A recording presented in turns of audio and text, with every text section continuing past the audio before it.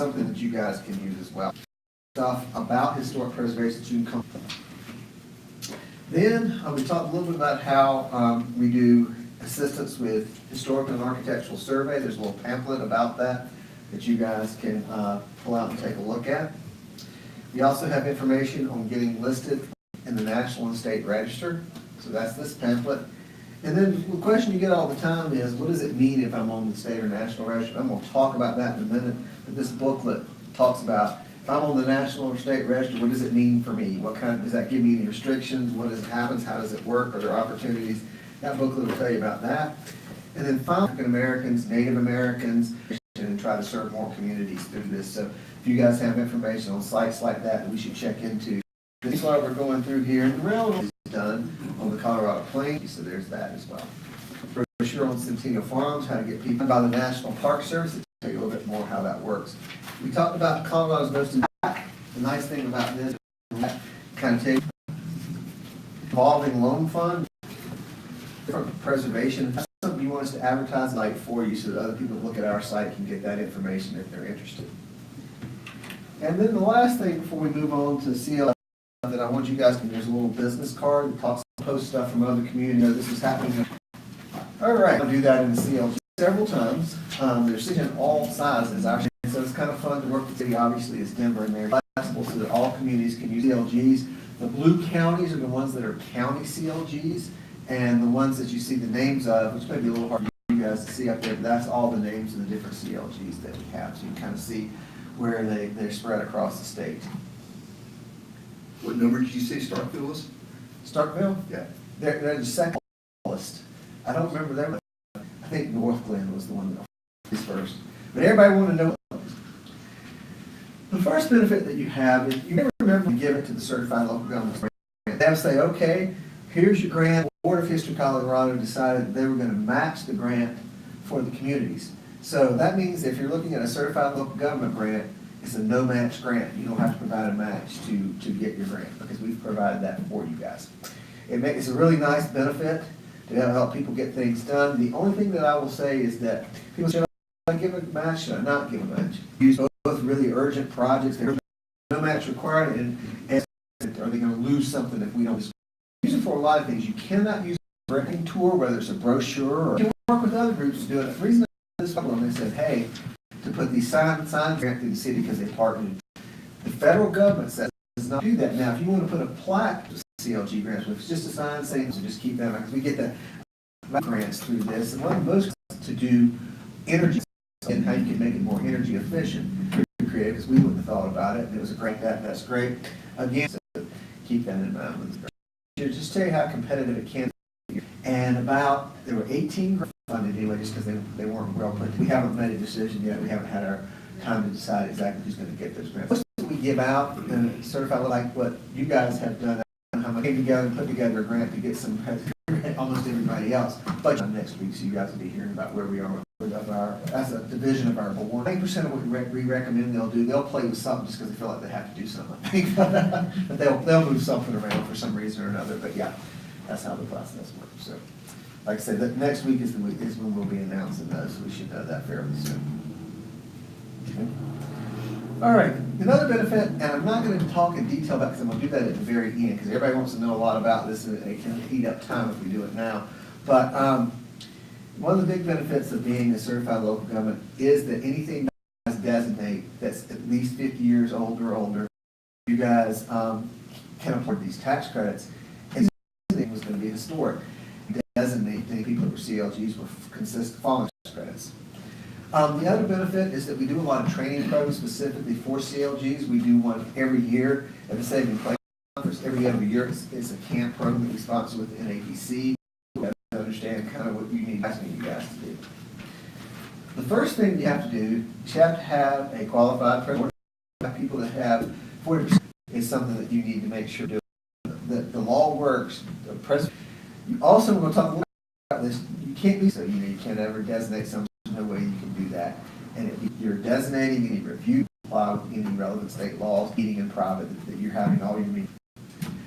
So you already have it. What duties are, criteria for designating historic properties, procedures for designating landmarks and districts, reviewable actions and procedures. That means like the penalties that you have and an appeals process for what you're doing. So here we're looking at the Preservation Commission. You gotta have at least members, and this list discipline schedule meeting every building. I want to put something before. Again, if you don't have any process and a procedure, who you are, service asks for public comment for anything to do with preservation that's not agenda. So if you preservation celebrate whatever they want to say or whatever they want your meeting and talk for 2 or 3 hours, whatever, going on and on about something, even if it's a regular agenda, you got old and new businesses, and then you want to talk about review of nominations. So if somebody's nominating a property to be listed, hopefully Georgie or Tara will have reviewed that and be able to give you guys a presentation about what you're looking at designating. And then you want the owner to come up and talk about their property. You want there to be any public comment where the neighbors come up and say, oh, I think this should be listed, or they come up and say, I don't want this listed in my neighborhood, this is crazy, whatever they're going to say. You give them a chance to say that, and then you want to have your discussion. So in the first part of it, you're really asking any clarification questions that you can. The first 3 items are not for you guys to be making comments and debating issues.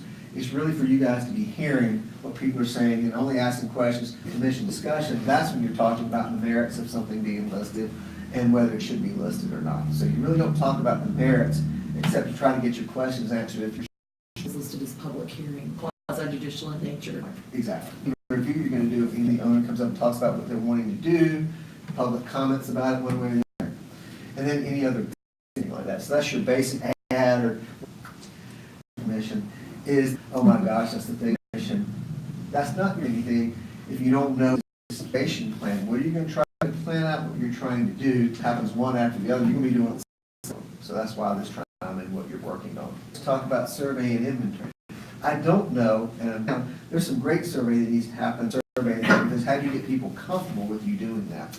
You even have a council member that occasionally brings up the mid-century modern, which is now 50 years old. Exactly, yeah. Up there at Allen, you know, so there's some pretty nice houses around that Radio Drive. They get in some places, they get inventory. Your inventory is all inventory now, and because about whether historic or not, so your inventory, because you have information on for every building.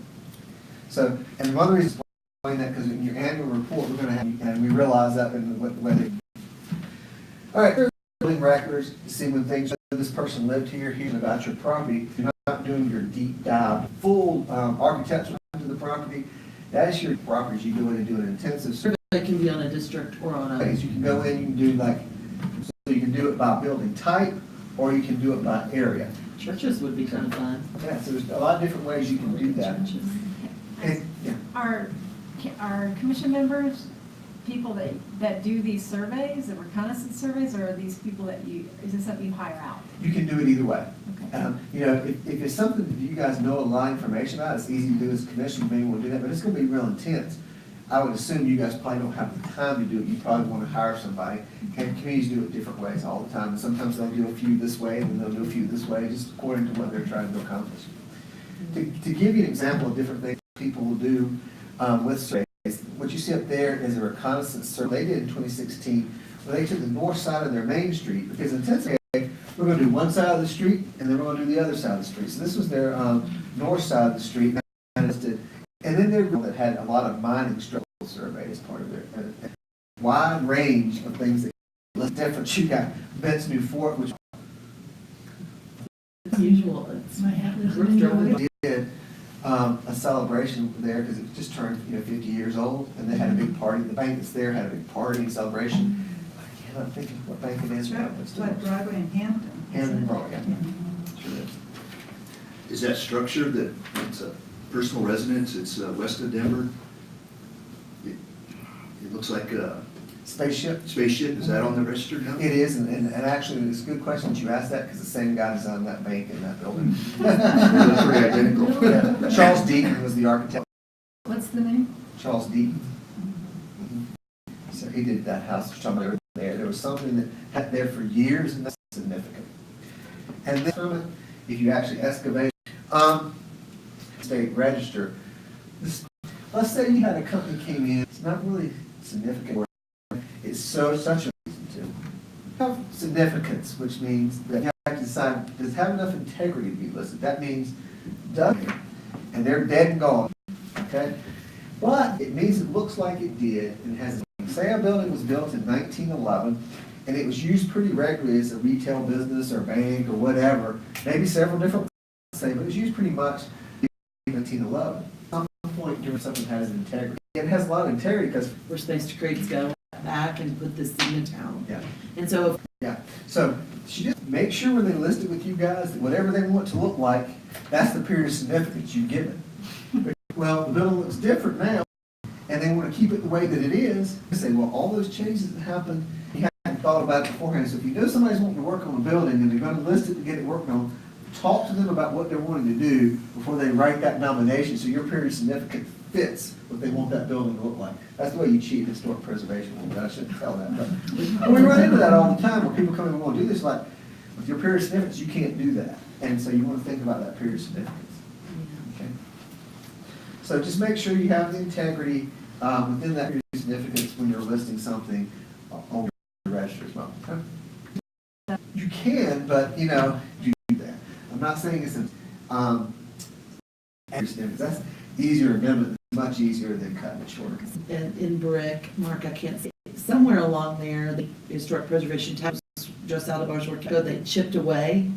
About that, the stucco, so, because you'd actually do more to brick.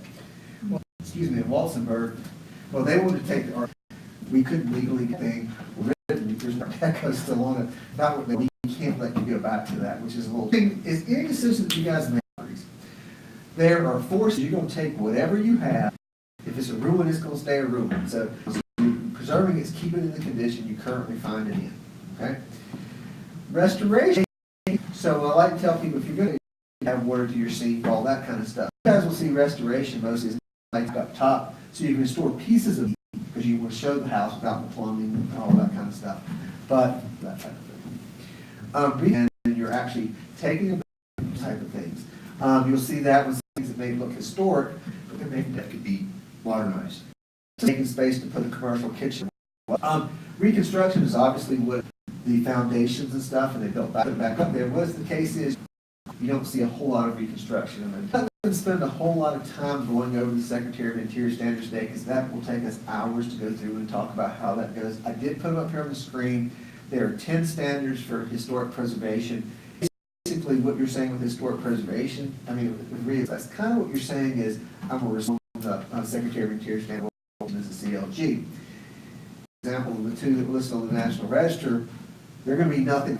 So, you know, you can't just feel like those general guidelines are the best, very wide-ranging thing else to judge anything on, and they're very, and show them how what this means to us. In a couple ways, you can do design guidelines, which you have to do no matter where you live. And so if you have a neighborhood that's mostly Victorian houses, the design guidelines for that, to another one that's bungalows. So what does design guidelines mean for craftsman type houses? You can, they do it neighborhood by neighborhood through, if you want design guidelines, which I'm not out, or we want to do them for windows, are going to be a little different from a craftsman house. So you just grant everybody, or do you need to say, yes, your design don't have to. We don't have to do that. Using Secretary of Interior standards. And the Secretary of Interior standards, they don't care whether you have design guidelines or not. Now, if you do design guidelines, your design guidelines must be without them, because that's not within the Secretary of Interior.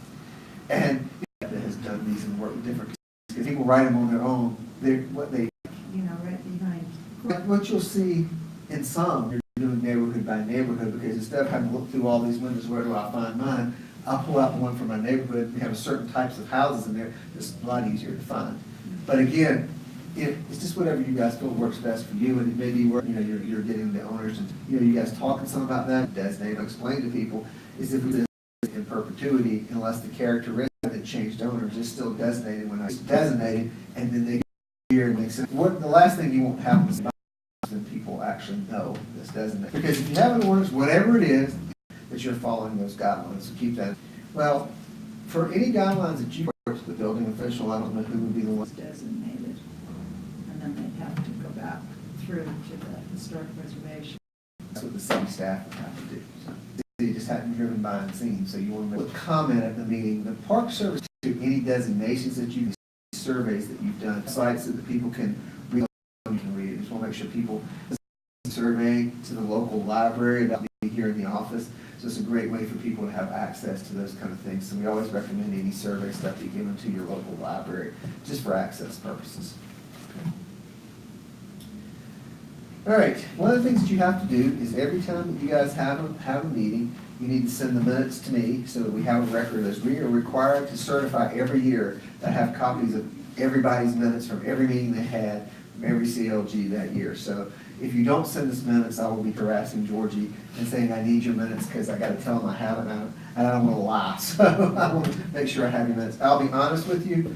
There's 61 CLGs, a lot of them meet monthly. When I get the minutes of this, or why didn't they do this, or what's going on here, I just don't have the time. So I do glance at them, but it's pretty quick.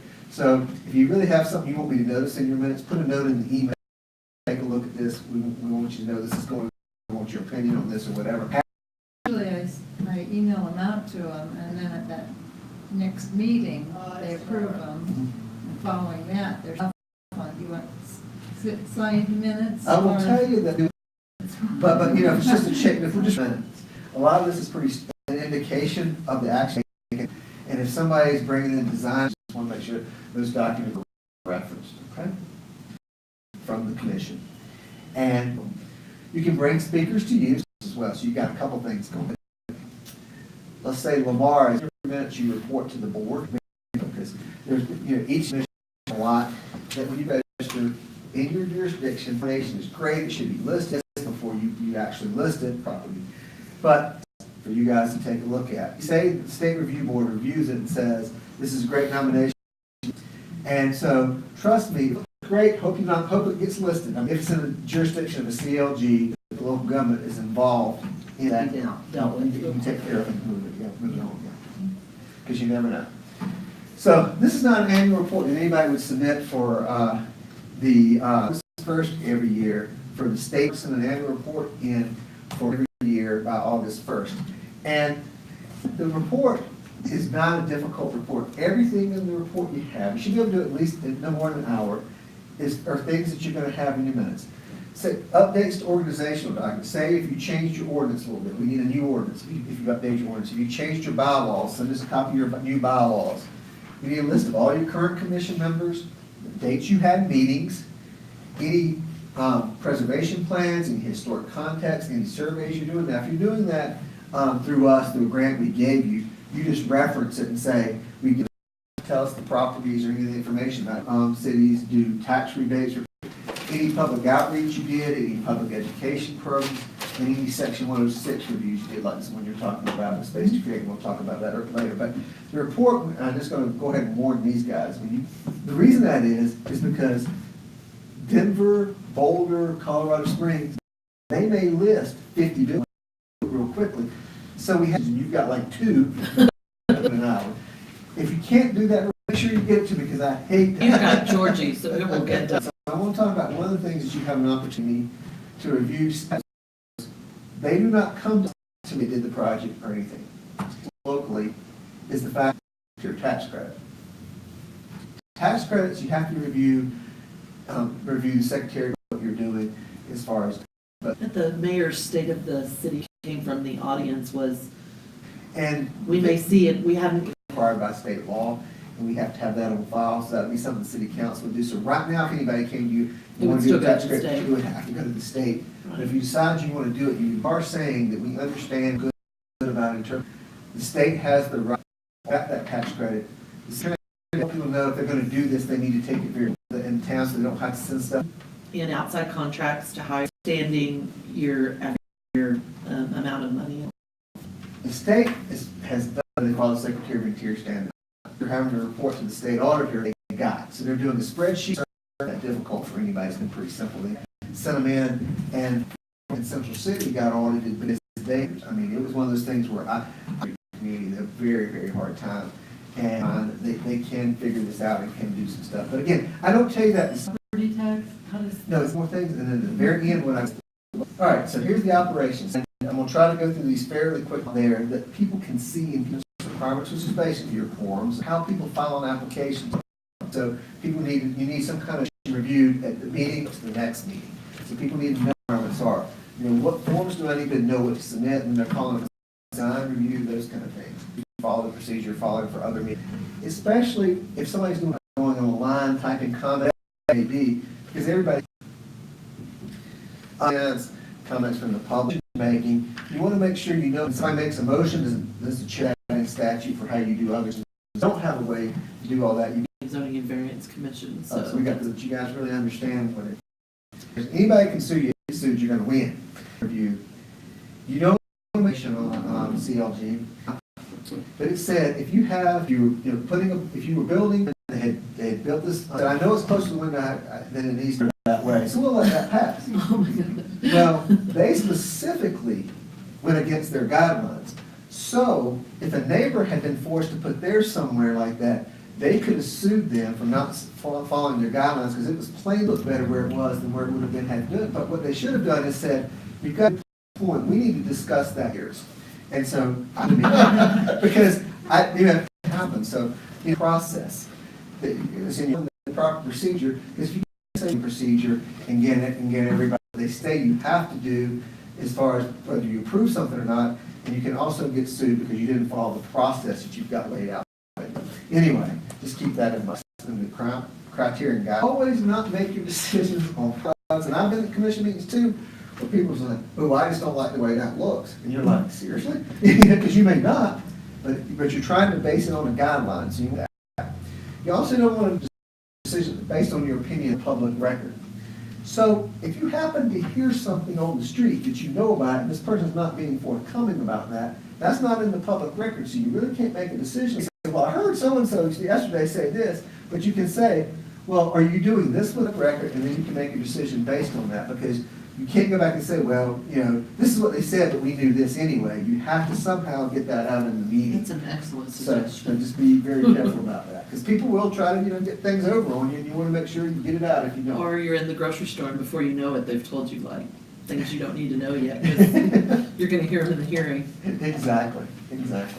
So when you're making a decision, make sure it's based on relevant ordinances, your rules and procedures, any formal surveying designation. So here's another thing. If there's a survey that's done, and the survey comes back and you guys approve the survey that the consultant has done, it says this property is not eligible. Somebody comes in to get the property designated, and nothing's changed with that property since the person said it's designated, your survey that you've approved. If you approve that for designation, you're going against your survey. So you need to make sure you look through those surveys carefully, so if you don't agree with the consultant, and you have that argument at that time, you're not having that argument where somebody. Mark, if somebody came forward to designate them for the commission to designate. But, because I don't know why they said that wasn't eligible. It seems eligible to me. Let's do a resurvey. You might have to wait a year or so to come back, but we're going to work on this for you. Okay. And there's no reason not to look at a resurvey. That's also a good reason to enter. Exactly. Very old. This nomination for listing, whatever it may be, you want to give the name, the property has a name and the address of the property. If they're doing work, the type of work they're doing, alteration, addition, we're approving this because it meets, and say what criteria it meets. It meets Secretary of Interior Standards 1, 2, and 3, or whatever nomination. So anybody, and this is why they made that motion. So they're going to go back and say, well, and theirs is basically the same thing. My first question, and then the second. Usually it's all done at once. But, if somebody's getting designated, you guys would make a recommendation to the City council, and they make the actual designation. So we would correct? probably make the recommendation by resolution then, if we're gonna do that. Sure. And And then, but if they don't like your decision, because otherwise, if you make those go to the council for approval, the only option they have is to take you to court. And it's much better to have them the opportunity, if they don't like what you say, to go to the city council than to try to take you to court, so. I think the only things that go to council are the designations.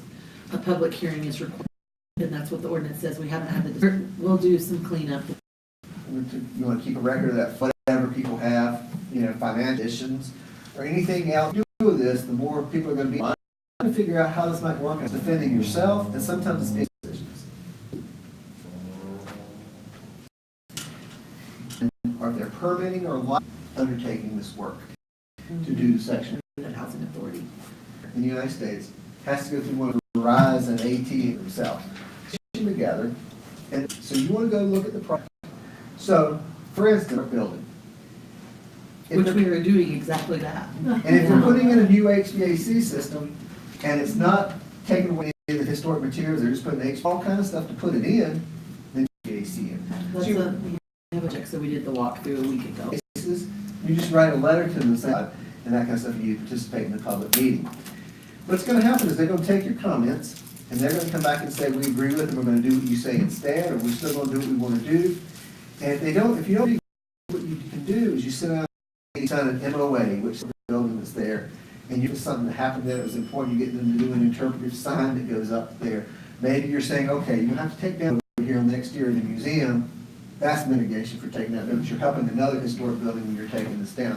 So you have all kind of different things, and you can be real creative what you come up with, but you would sit down with that agency and with the state of Colorado, our office, History of Colorado, and come up with what that mitigation plan would be, and everybody signs the agreement to do that. In very few instances will you get that far. In most cases, people will say something that worked out. There's an Amtrak station in Glenwood Springs, if you guys have ever been there, that is a historic and it's a historic character. And we don't understand why you can't do this small ramp, and there's a tower on the Amtrak station. Why can't you just put an elevator there? So instead of taking from the city of Glenwood Springs and their historic preservation, it needs to be done. They all agreed that needed to be done. But how do you do it so it doesn't really take away from the building? And I think they came up with a really good solution. So you never know when you get opportunities. Probably more costly though. Oh, it was more costly, but the whole thing was that they felt like it made such a difference to the look of that historic building. It was worth it. I'm sure Amtrak didn't quite think it was worth it, but they were tired of fighting with the city, so they probably acquiesced, you know? So anyway, it's a great story. We had a 106 workshop at our last conference, let's say last Saving Places conference, and the lady that is the 106. So anyway, just something you guys want to be involved with. I'm not going to tell this story because I don't want to run out of time, but there's a great story with Redstone Castle in 106 as well. We'll talk about the rehab tax credits. You guys were asking some about those and how you get every dollar of tax credit, you get the deduction. It's $1 for dollar, exactly where it is. This is Union Station in Denver. We're not historic. They were old tax credit for historic buildings. We're for historic places. So only eligible after credit on your qualified building, but you want to put in new tax credits for what you did good and no tax credits for what you did bad. Everything has to meet the Secretary of Interior standards. And qualified rehabilitation expenses are all the expenses you have that qualify to get taxes. So if you're going to build a building and you're going to rehab it, It's a little bit off the tax credit. you know, only in here you don't really have is that this to your national or state number. So for you have address, blah, blah, blah, and you can get 20% of how much ever money you spend that's qualified. So if you spend, you know, enough to get $50 million in tax credits, you can get $50 million in tax credits. There's no cap on how many tax credits you can get for your project. Whatever spent, how many people can get it or anything like that. And you're only paying like, you know, about the federal tax credit you have to take at least 5, whereas it used up until last December, you could take it all at one time if you had enough liability. So these big developers that go in and do these projects, they're getting credits right and left. They hate this because they're used to getting that. You know, we perform these LLCs and they bring in partners to do that, which actually moves the tax credits to other people. But what you get on setting up that arrangement, because you have to have attorneys and you have to have accounts that really know what they're doing to set up these crazy schemes to make this work. And again, what they're doing is legal, but it's complicated.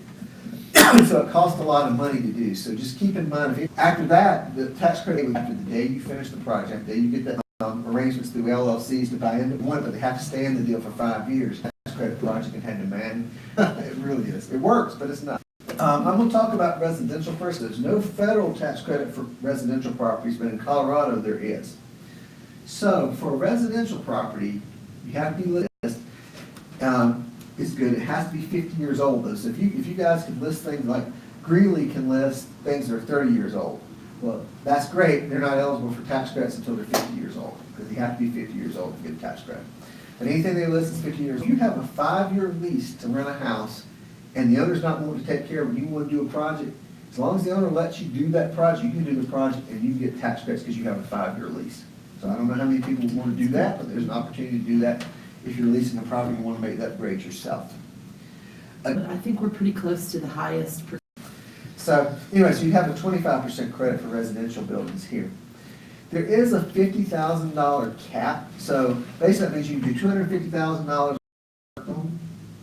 No, not quite now, it's $200,000, you do 25%, so you can do it once you hit the $50,000. Gonna see is the bottom floor is a friend that's working right now, and but it's one building. So can it qualify for the commercial tax credit? It's according to how you're using the residential.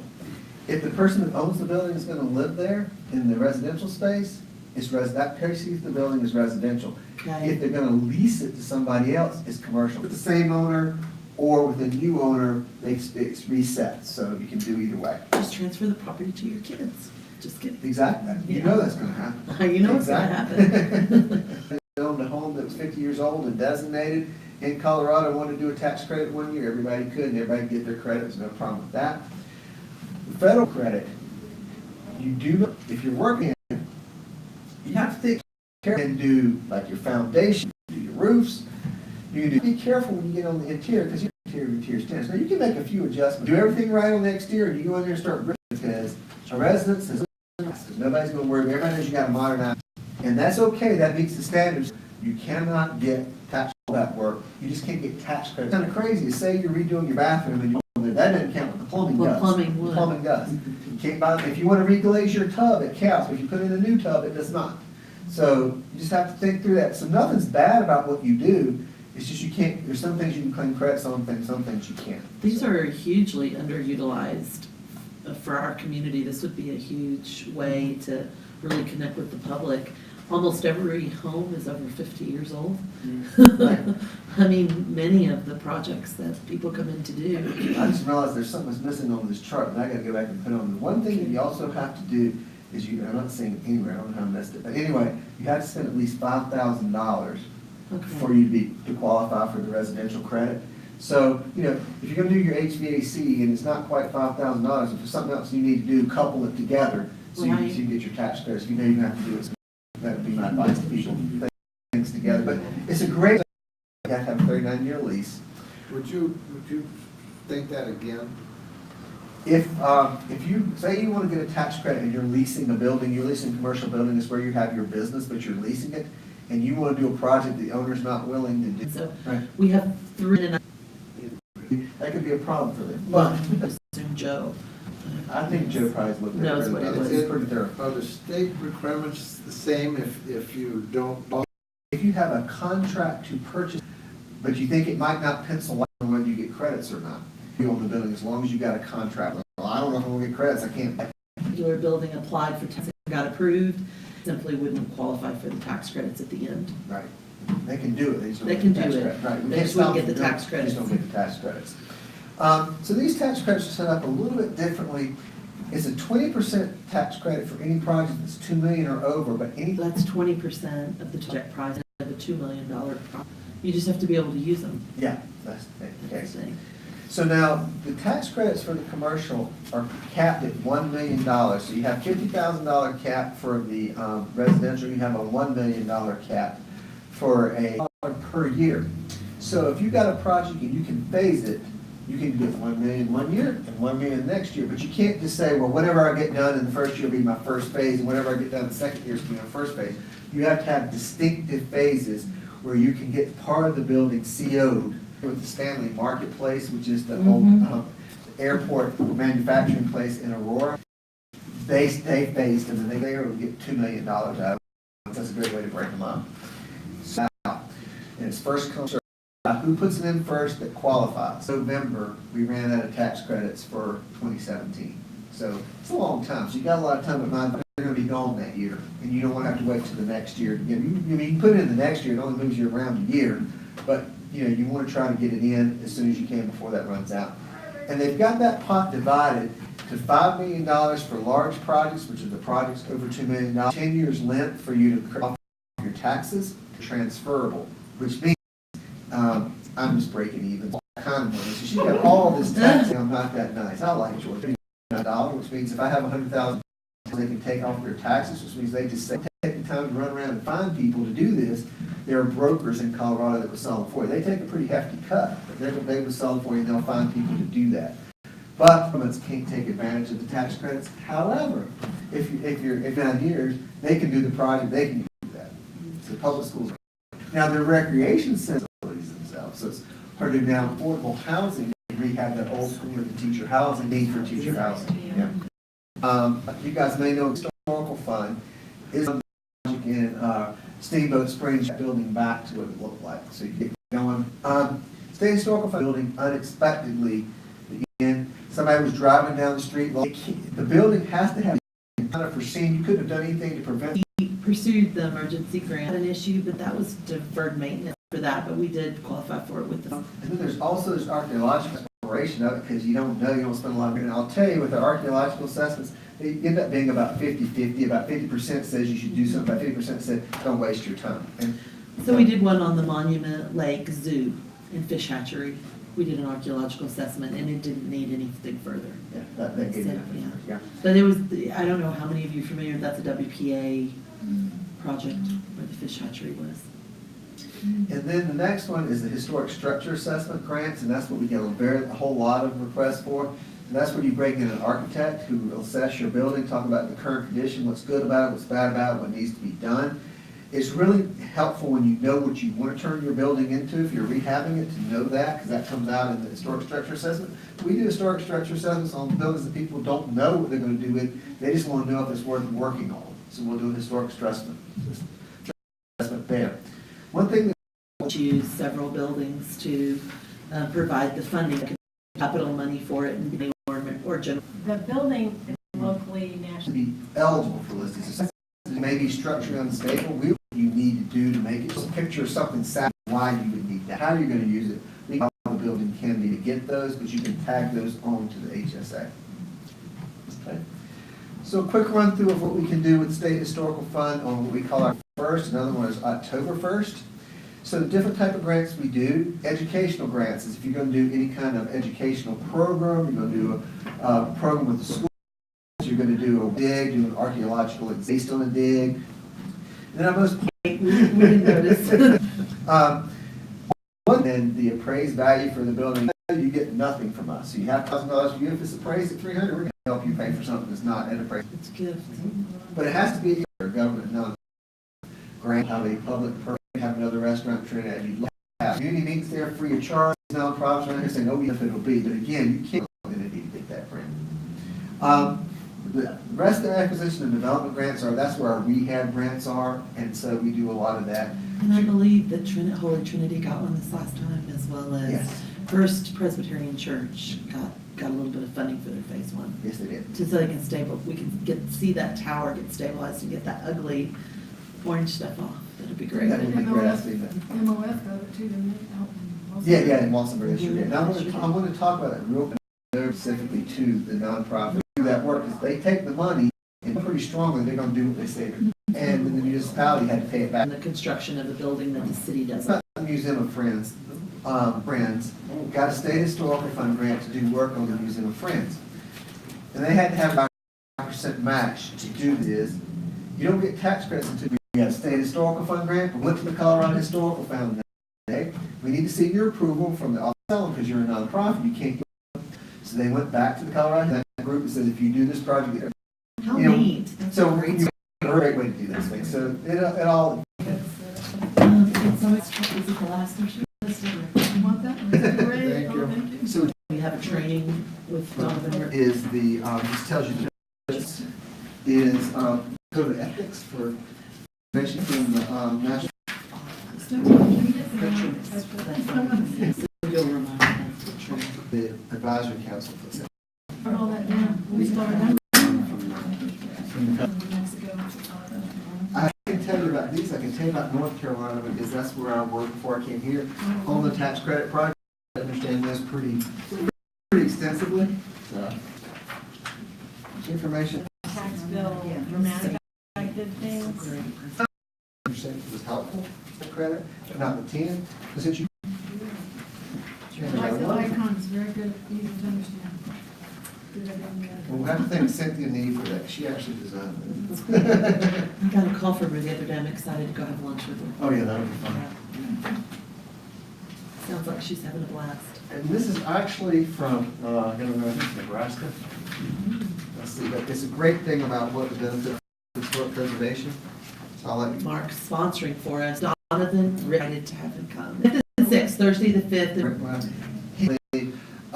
Fascinating because he does make sense money. I'm not gonna be able to, and he's quite inspirational. You guys are really enjoying it. So we'll, and also public meeting. We're having for a the call with public. them next week, yeah, to schedule the exact times. But if you can block out that Thursday and Friday, first week in April.